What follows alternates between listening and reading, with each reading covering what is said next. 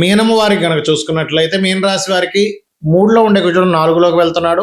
చతుర్థ భావంలో ఉండే కుజుడు మీ లగ్నానికి శుభుడే. అదేవిధంగా సప్తమంలో శుక్రుడు కూడా ఉంటున్నాడు. ఈ ఆగస్టు 3 నుంచి ఒక 43-44 రోజుల పాటు కుజుడు మార్పు వల్ల కలిగే ఫలితాలు ఏమిటి, ఏ దేవతారాధన చేయాలి, ఎటువంటి విషయాల పట్ల మీరు జాగ్రత్తగా ఉండాలి అనేటువంటి అంశాలు చెప్తుంది నేనైనప్పటికీ చెప్పిస్తుంది సాక్షాత్ లలిత అమ్మవారిగా భావిస్తూ ఆ లలితాంబిక అమ్మవారి యొక్క అనుగ్రహం మీకు పరిపూర్ణంగా కలగాలని మనస్ఫూర్తిగా కోరుకుంటూ, ఇక్కడ కుజుడు యొక్క స్థితి వల్ల కొంతమంది పర్సనల్ చాట్లో కుజదోషం అనుకునేది కూడా ఎలాగ తీసుకోవాలని కూడా చెప్తాను. అయితే ఇక్కడ ముఖ్యంగా మీనలగ్నానికి కుజుడు శుభుడే, అందులో ఎటువంటి డౌట్ లేదు. దానివల్ల ఏంటి, 4లోకి వెళ్ళినందుకు కొంచెం మీకు పాజిటివ్ ఏమిటి, ఏదైనా భూములు కొనుక్కోవడానికి, గతంలో కబ్జాలో ఉండేటువంటి భూములకు సంబంధించిన విషయంలో కొంచెం ధైర్యంగా కొన్ని స్టెప్స్ తీసుకోవడం సెట్ అవ్వడం. అదేవిధంగా బుధుడు కూడా అక్కడ ఉన్నాడు కాబట్టి మొదటి వారం కాస్త భూములు, ప్రాపర్టీస్, తల్లిగారి విషయంలోనూ, విద్యా విషయంలో కొంత స్ట్రెస్, ఆటంకాలు, గొడవలు లాంటివి రావడం, ఇటువంటివన్నీ కూడా చూపిస్తుంది. అయితే ఇక్కడ కుజుడు 4వ భావంలో ఉంటూ సప్తమంలో ఉండేటువంటి శుక్రుడి మీద కుజుడు దృష్టి ఉంది. ఎప్పుడైతే ఈ రకంగా సప్తమం మీద కుజుడి యొక్క దృష్టి ఉందో అది వివాహం. సప్తమంలో ఉన్నది ఎవరో శుక్రుడు కాబట్టి వివాహ సంబంధించినటువంటి అంశాలలో, జీవిత భాగస్వామిని ఎంపిక చేసుకునే విషయాల్లో, మరియు కొన్నిసార్లు తాతగారు ప్రాపర్టీని అమ్మేటువంటి విషయాల్లో జాగ్రత్తగా ఉండాలి. ఏదైనా తాతగారు ప్రాపర్టీ ఏదైనా తీసేయడం కానీ, ఒక్కొక్కసారి ఇలా శుక్రుడు నీచబడి ఉంటూ సప్తమం మీద కుజుడున్నప్పుడు ఏమవుద్దంటే, దృష్టి ఉన్నప్పుడు రాంగ్ డెసిషన్స్ తీసుకుంటాం. జీవిత భాగస్వామి ఎంపిక చేసుకునే విషయంలో ఏదో మాయకమ్మేసినట్టుగా అవతల వాళ్ళు ఏదో ఒత్తిడి చేసేసారండి, అబ్బా అంత ఆస్తుంది కదా అని చేసేసుకున్నాం, ఇంత అందంగా ఉంది కదా అని చేసేసుకున్నాం, అది అమ్మాయి కావచ్చు అబ్బాయి కావచ్చు, అబ్బాయి ఇంత గొప్ప కెరీర్ కదా అని చేసేసుకున్నాం అంటూ ఉంటారు. అంటే ఏమిటి, తెలియని ఒక క్రష్ అనుకోండి, తెలియని ఒక ఆకర్షణ మనకు అక్కడ లాగేస్తుంది, తప్పుడు నిర్ణయాలు తీసుకుంటారు. కాబట్టి పొరపాటును కూడా ఒక నెల రోజుల పాటు, ఆగస్టు మాసంలో ఒక నెల రోజుల పాటు ఎటువంటి వివాహ సంబంధించిన విషయంలో నిర్ణయాలు తీసుకోకండి దయచేసి. తర్వాత శుక్రుడు ఎలాగో మీకు అష్టమంలోకి వస్తాడు, విపరీత రాజయోగాన్ని ఇస్తాడు, దట్ ఈస్ డిఫరెంట్ కేస్. ఈ విషయాల్లో జాగ్రత్తగా ఉండండి. మరియు మీరు శుక్ర, కుజ, రాహు, కేతు గ్రహాల దగ్గర దీపారాధన చేయండి. సామాజిక విషయాల్లో కూడా, అంటే సోషల్ మీడియాస్లోని మాట్లాడేటప్పుడు కూడా కాస్త జాగ్రత్తగా మాట్లాడండి. మీరు రాజరాజేశ్వరి అమ్మవారి యొక్క ఆరాధన మరియు సుబ్రహ్మణ్యేశ్వర స్వామి ఆరాధన చేయండి, అనే విధాలా బాగుంటుంది. చాలా మందికి కుజుడు అనగానే కుజదోషమే గుర్తొస్తుంది. అయితే శాస్త్రంలో అసలు కుజదోషం గురించి ఏమని చెప్పారు, ఎక్కడా కూడా మీకు కేవలం లగ్నం నుంచి చూసుకోమన్నాడు కానీ చంద్రుడి నుంచి, రవి నుంచి, శుక్రుడి నుంచి చూసేస్తుంటారు. అలా గనక చూస్తే కుజుడు ఉండడానికి ప్లేసే లేదు. ప్రతి జాతకం పుట్టిన ప్రతి ఒక్కరికి కుజదోషం ఉంటుంది, అంతే కదా. అయితే ఈ కుజదోషాన్ని మనం అసలు ఎలా తెలుసుకోవాలి, 2 విధాలుగా ఉంటుంది కుజదోషం. ఒకటి, మీకు లగ్నం నుంచి పాపస్థానాల్లో ఉన్నట్లయితే, అంటే పాపస్థానాలు అంటే మళ్ళీ ఇక్కడ కుజుడుకుండే స్థానాలు వేరు. లగ్నంలో ఉన్నా, 2లో ఉన్నా, చతుర్థంలో ఉన్నా, సప్తమంలో ఉన్నా, అష్టమంలో ఉన్నా, వ్యయంలో ఉన్నా కుజదోషం అని చెప్తూ ఉంటారు. అయితే ఇది గురువర్గ లగ్నానికి కుజదోషం కిందకి రాదు, ఎందుకంటే గురువర్గ లగ్నానికి కుజుడు శుభుడు. సర్వే త్రికోణనైతారో గ్రహ శుభల ప్రదాహ అని నా శ్లోకం ఉంది, దాని ఆధారంగా చూసుకుంటే. కాబట్టి మేషానికి, కర్కాటకానికి, సింహానికి, వృశ్చికానికి, మీన లగ్నానికి కుజదోషం వర్తించదు. ఈ రకంగా కుజదోషం క్యాన్సిలేషన్స్ ఉంటాయి. అంటే కుజుడు ఏదైనా శుభగ్రహంతో కలిసి ఉన్నాడా, శుభ నక్షత్రాల్లో ఉన్నాడా, శుభ కత్తెరలో ఉన్నాడా అనేది చూసుకోవాలి. ఒక్కొక్కసారి శనివర్గ లగ్నాలకు కూడా శుభగ్రహాలతో కలిసి ఉంటే కుజదోషం పెద్దగా ఇవ్వదు. అంటే ఎవరెవరు ఏ లగ్నాలు, వృషభము, మిథునము, కన్య, తుల, మకర, కుంభ లగ్నాలు. అయితే ఇక్కడ ఏంటంటే ఎప్పుడు కూడా కుజదోషము అనగానే ఒకటి లగ్నం చూసుకోవాలి, రెండోది దాని స్థితి చూసుకోవాలి, మూడోది ఏ లగ్నానికైనా ఆ యొక్క స్థితి పాడైపోయి ఆ భావంలో ఉంటే ప్రతిసారి పెళ్లి మీదే చూపించదు కుజదోషం అనేది, బాగా అర్థం చేసుకోండి. లగ్నంలో ఉండి పాడయ్యాడు అనుకోండి, ఆ వ్యక్తికి శిరోవేదన, బాడీ పెయిన్స్ రావడము, విపరీతమైన అగ్రెసివ్ నేచర్ రావడం ఇస్తూ ఉంటుంది. 2వ భావంలో ఉండి పాడయ్యాడు అనుకోండి, కుటుంబ కలహాలు ఇస్తూ ఉంటుంది. ప్రతిసారి మీకు వివాహం మీదకి వెళ్ళిపోకండి, కుటుంబం స్థానంలో ఉన్నాడు కాబట్టి కుటుంబ కలహాలు అర్థం చేసుకోవాలి. ఎలా అంటే ఇప్పుడు చూడండి, మనకి బాడీలో, మన బ్రెయిన్లో ఎక్కడో దగ్గర క్లాట్ ఏర్పడింది. క్లాట్ ఏర్పడినప్పుడు ఆ క్లాట్ ఏ బాడీలో ఏ పార్ట్కి సంబంధించింది అయితే ఆ పార్ట్ వాళ్ళకి వీక్ అవుతూ ఉంటుంది కదా. కొంతమంది చూడండి బాడీలో, బ్రెయిన్లో ఇక్కడ ఎక్కడో క్లాట్ అయింది అనగానే వెంటనే వాళ్ళకి చెయ్యి దగ్గర చెయ్యి పని చేయట్లేదండి, పెరాలసిస్ వచ్చింది, లేకపోతే కాలు పని చేయట్లేదండి, లేకపోతే ఇట్లా చెప్తూ ఉంటారు. అంటే దాని అర్థం ఏమిటి, ఒక్కొక్క నర్వ్ మీద దాని ప్రెజర్ పడ్డప్పుడు అది బాడీలో ఏ పార్ట్ మీద అయితే దాని యొక్క ప్రభావం చూపించాలో ఆ పార్ట్ మీద ఎలా చూపిస్తుందో కుజదోషం కూడా అంతే.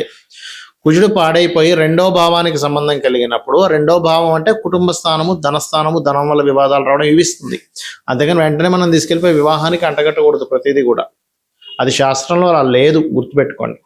మూడో భావం పరాక్రమ స్థానము, మంచి పరాక్రమం ఉంటుంది. కానీ పాడైపోయిన మూడో భావంలో ఉంటే అన్ని విషయాల్లో ఆర్గ్యుమెంట్స్ చేస్తూ గొడవలు పెట్టుకుంటూ ఉంటారు. నాలుగవ భావం అనుకోండి, చతుర్థ భావం అంటే ఏంటంటే మీకు చతుర్థం అనేది గృహభావంగా చెప్తూ ఉంటారు. గృహము, అలాగే ప్రాపర్టీ తీసుకోవడము, మరియు ఈ నాలుగో భావంలో పర్టికులర్గా కుజుడు కనుక పాడైతే అది కూడా వెంటనే వివాహానికి చెప్పకూడదు. ఎందుకంటే 4 నుంచి సప్తమని చూస్తాడు కదండి, చూస్తాడు, దాని ప్రభావం ఉంటుంది. కానీ ఎక్కువ 4th హౌస్ మీద ఉంటుంది.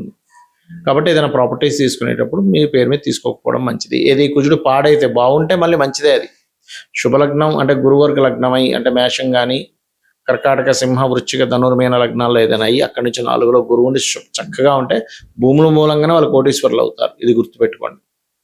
అలా పాడైతే మాత్రం భూముల వల్ల ఇబ్బంది పడతారు.